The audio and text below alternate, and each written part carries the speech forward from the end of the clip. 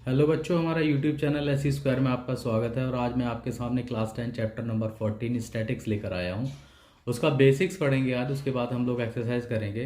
और बेसिक्स शुरू करने से पहले बता दूं कि कुछ दिन से मेरा स्वास्थ्य ठीक नहीं था, इसकी वजह से मैं कोई वीडियो अपलोड नहीं कर पा रहा था। बट अब मैं ठीक हूँ, है ना। तो चलिए बेसिक्स के बारे में बात करते हैं। उससे पहले मैं आपको बता दूं, अगर आपको हमारा वीडियो पसंद आता है तो आप हमारे चैनल को सब्सक्राइब करें, लाइक करें, शेयर करें और कमेंट करके बताएं कि आपको हमारा ये वीडियो कैसा लगा। आपके कमेंट का हमारे लिए बहुत मायने रखता है। साथ ही साथ ऑल नोटिफिकेशन बेल आइकन पर प्रेस कर ले, जिससे कि आपको टाइम टू टाइम जो भी नोटिफिकेशन है, वीडियोज़ हैं, वो आपको मिलते रहें। ठीक है, चलिए शुरू करते हैं। तो स्टैटिक्स शुरू करने से पहले मैं आपको बेसिक्स के बारे में, जैसे कि मैंने आपको बताया, मैं बढ़ाने जा रहा हूँ। तो बेसिक्स में कुछ एक्सरसाइज शुरू करने से पहले, एक्सरसाइज में बार बार कुछ रिपीटेड टर्म आने वाली हैं, तो चलिए उनको सीख लेते हैं, जिससे हम एक्सरसाइज करने के टाइम पे ना हमें थोड़ा सी आसानी होगी उसको समझने के लिए। ठीक है, तो चलिए हम लोग वो टर्म से स्टार्ट करते हैं जिनका यूज़ बार बार यूज़ होता है एक्सरसाइज में। जैसे कि एक टर्म आती है ग्रुप्ड डेटा। ठीक है, ग्रुप्ड डेटा। और दूसरा आता है आपका ungrouped data. Okay, ungrouped data आता है। तीसरा आता है आपका क्लास मार्क। क्लास मार्क, है ना, इसका भी बहुत यूज़ होता है। और मीन हो गया,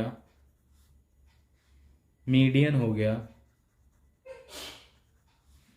एंड मोड हो गया, और फ्रिक्वेंसी हो गया। ठीक है जी, फ्रिक्वेंसी हो गया। और क्लास ऑफ इंटरवल भी होता है, क्लास ऑफ इंटरवल। आइए बारी बारी इन टर्म्स के बारे में जान लेते हैं। ठीक है, चलिए सबसे पहले ग्रुप डेटा स्टार्ट करते हैं कि ग्रुप डेटा होता क्या है।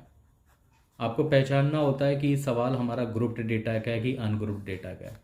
जैसे कि नाम से ही पता चल रहा है, ग्रुप्ड डेटा यानी कि जो भी होगा ना डेटा आपका ग्रुप्ड में होगा, है ना, अकेला नहीं होगा, ग्रुप्ड डेटा होगा। फॉर एग्जाम्पल के तौर पर अगर हम इसको समझने की कोशिश करें तो कुछ इस तरीके से समझेंगे। जैसे आपको क्लास इंटरवल दे रखा है 0 to 1, 1 to 2, 2 to 3 and 3 to 4, इस तरह से दे के रखा हुआ है। तब आप देखो ये अकेला डेटा नहीं है ना, ग्रुप में है ना, दो दो दो दो के ग्रुप में है ना। तो एक्चुअली में दो दो के ग्रुप में है, इसको हम लोग कहते भी क्या है, क्लास ऑफ इंटरवल कहते हैं। क्या कहते हैं? Class of interval. तो अकेला नहीं है, पहचान लेंगे आपकी सवाल आपका ग्रुप डेटा की अनग्रुप्ड डेटा है। ग्रुप्ड डेटा, इसके जस्ट बाद मैं आपको अनग्रुप्ड डेटा बताऊंगा, जिससे कि आप डिफरेंशिएट कर सकते हैं कि ग्रुप डेटा और अनग्रुप्ड डेटा में क्या अंतर है। चलिए ठीक है, फिर अब हम चलते हैं अनग्रुप्ड डेटा की तरफ। तो अनग्रुप्ड डेटा जैसे कि जो ग्रुप में ना हो। ठीक है, तो ग्रुप में ना हो तो कुछ इस तरीके से डेटा दे रखा होगा। सपोज करो कुछ बच्चे हैं, उनके मार्क्स ऑब्टेंड दिए गए हैं। ठीक है ना, मार्क्स ऑब्टेंड दिए गए हैं कि इतने इतने मार्क्स हैं इतने इतने बच्चों के, और यहाँ पे डेटा दे रखा है नंबर ऑफ स्टूडेंट्स का। ठीक है, नंबर ऑफ स्टूडेंट का डेटा दे रखा है। जैसे किसी बच्चे के मार्क्स 10 है, 20 है, 30 है, कितने भी नंबर में से अभी हम लोग जस्ट बात कर रहे हैं, ज्यूम कर ले रहे हैं। तो सपोज करो वो 10 मार्क्स हो ना, वो 2 स्टूडेंट ऐसे हैं जिनके 10 मार्क्स हैं, और 20 मार्क्स ऐसे हैं जिनके 1 स्टूडेंट के हैं, 30 ऐसे हैं जिनके 4 स्टूडेंट हैं जिसके 30 मार्क्स हैं। ठीक है, अब आप देखो ये जो डेटा आपको दे रखा है मार्क्स ऑब्टेंड वाला, ये ग्रुप में तो नहीं है, अनग्रुप्ड में है ना। तो इसीलिए ये ungrouped data. Is that clear now? So now अब हम चलते हैं क्लास मार्क की तरफ। किसकी तरफ चलते हैं? क्लास मार्क्स की तरफ, कि ये होता क्या है क्लास मार्क। अब क्लास मार्क निकाल के लेने के लिए एक फॉर्मूला होता है, upper limit plus lower limit, upper limit plus lower limit upon 2 equal to class mark. ठीक है ना। अब मैं इसको आपको एग्जाम्पल के तौर पे समझाऊंगा कि कैसे, है ना। फॉर एग्जाम्पल वो ऐसे कि सपोज करो आपको दो इंटरवल दे रखे हैं, 10 से 25, है ना, और 30 से 35। अब आपको इसका क्लास मार्क निकालना है, इसका क्लास मार्क निकालना है। वही अपर limit plus lower limit upon 2, ये अपर लिमिट होती है, लोअर लिमिट, ये अपर लिमिट, ये लोअर लिमिट। ठीक है ना। तो अपर लिमिट यानी कि 10 + 25/2, तो that is 35/2। 2 and that is divide करेंगे तो 17.5। क्लियर है। अब देखो ये यहाँ पर अपर limit plus lower limit by 2 वही 65/2, तो ये होगा 2 3 जा 2 2 जा 5 तो 32.5। समझ आई ना बात। तो ये आपका हो जाता है क्लास मार्क। चलिए नेक्स्ट टॉपिक की तरफ चलते हैं।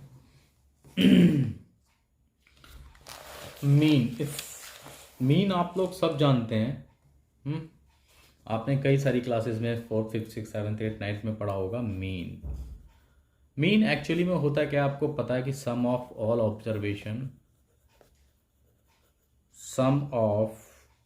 Observations upon total number of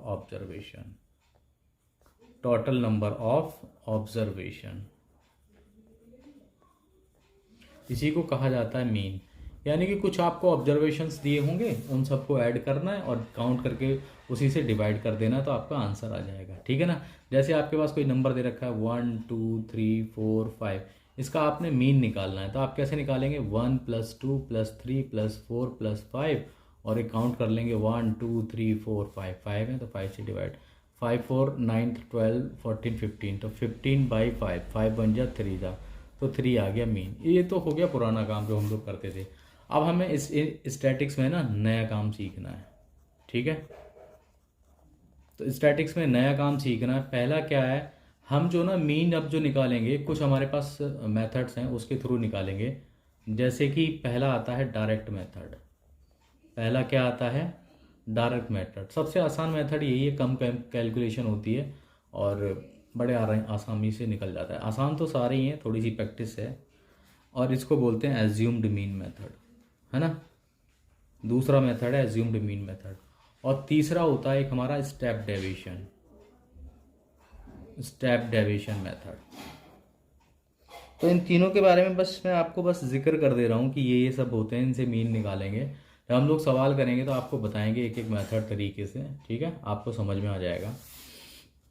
साथ ही साथ अगर आप पढ़ के बोर हो चुके हैं मिलियन और बिलियन ये सब्सक्राइबर यूट्यूबर से, तो कुछ नए लोगों को मौका दीजिए अगर आपको समझ में आता है तब। ठीक है, समझ आता है तो हमारे चैनल को सब्सक्राइब करें और लाइक करें। ओके, तो ये वाली बात समझ में आ गई कि मीन इस तरीके से।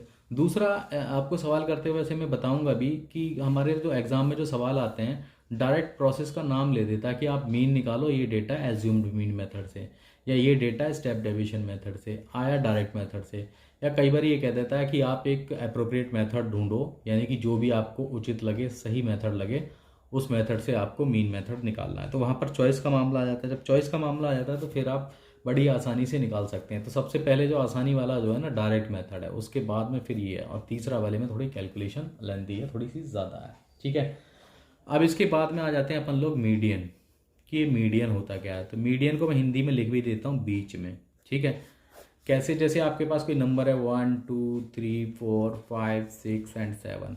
अब यहाँ पर आपको बीच में ढूंढना है। ठीक है, कि बीच में क्या है। तो देखो यहाँ पर n इक्वल टू, इनको काउंट करो कितने हो रहे हैं, 7 हो रहे हैं ना।